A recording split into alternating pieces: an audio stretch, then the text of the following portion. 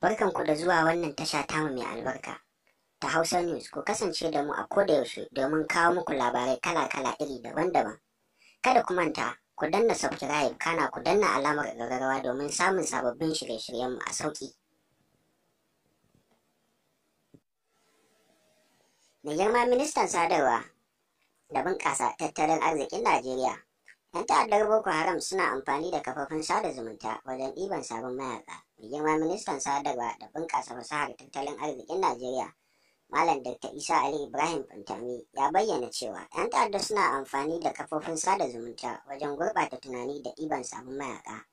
Mai girma minista ya bayyana haka ne a wurin taron da aka shirya akan yadda za a kalubalanci ayyukan ta'addanci a cibiyar nazari da bincike na rundunar sojojin Najeriya wato Nigerian Army Resources Center da ke babban birnin tarayya Abuja.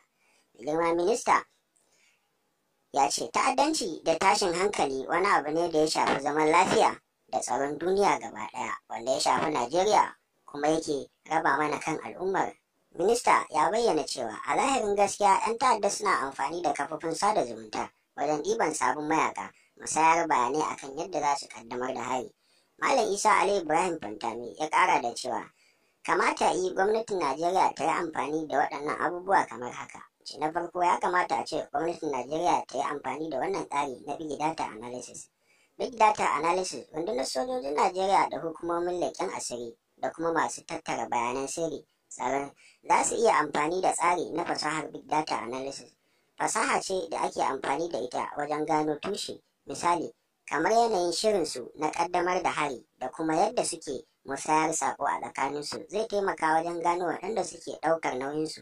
A cewar ministan sadarwa ya ƙara da cewa Big Data Analysis bai tsaya a nan ba, zai taimaka wajen gano yawan 'yan ta'adda da waɗanda suke son shiga cikin ƙungiyar. Ya ƙara da cewa misali gwamnatin ƙasar Qatar ta yi amfani da tsarin fasaha ta Big Data Analysis da manhajojin Facebook da Twitter ta iya gano mutanen da suke goyon bayan ƙungiyar IS a tsakanin watanni 3 kacal. Aka gano sakonnin Twitter na magoya bayan 'yan ta'addar IS sama da sakonni miliyan 3. Kashi 90 cikin 100 na mutane magoya bayan IS ne. Wannan ya taimaka wajen dakile mutanen da suke son shiga cikin kungiyar ta IS a kasar Qatar. Internet of Thinking, wannan tsarin fasaha na Internet of Thinking tsari ne da yake amfani da shi wajen bin diddigin mutane da ake zargi ta kafofin sadarwa, wato a yi tracking ɗinsu a gano inda suke, sannan ana amfani da wannan tsari wajen bibiyar duk abin da yake wakana a kafofin sadarwa. Hanya ce da ake iya kutse don a gano wasu bayanan sirri da aka adana su a kafar yanar gizo. Don haka wannan tsari na fasaha zai taimaka wa jami'an tsaro wajen gano maɓoyar 'yan ta'adda.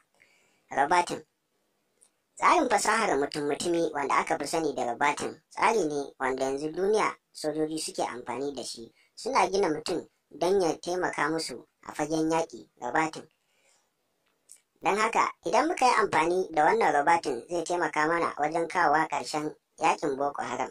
Daga ƙarshe, mai girma minista ya ce 'yan ta'adda suna amfani da ƙwarewa da kuma amfani da ƙwararrun hanyoyin fasaha wajen tsara ayyukansu na ta'addanci don su ruguza ƙasa.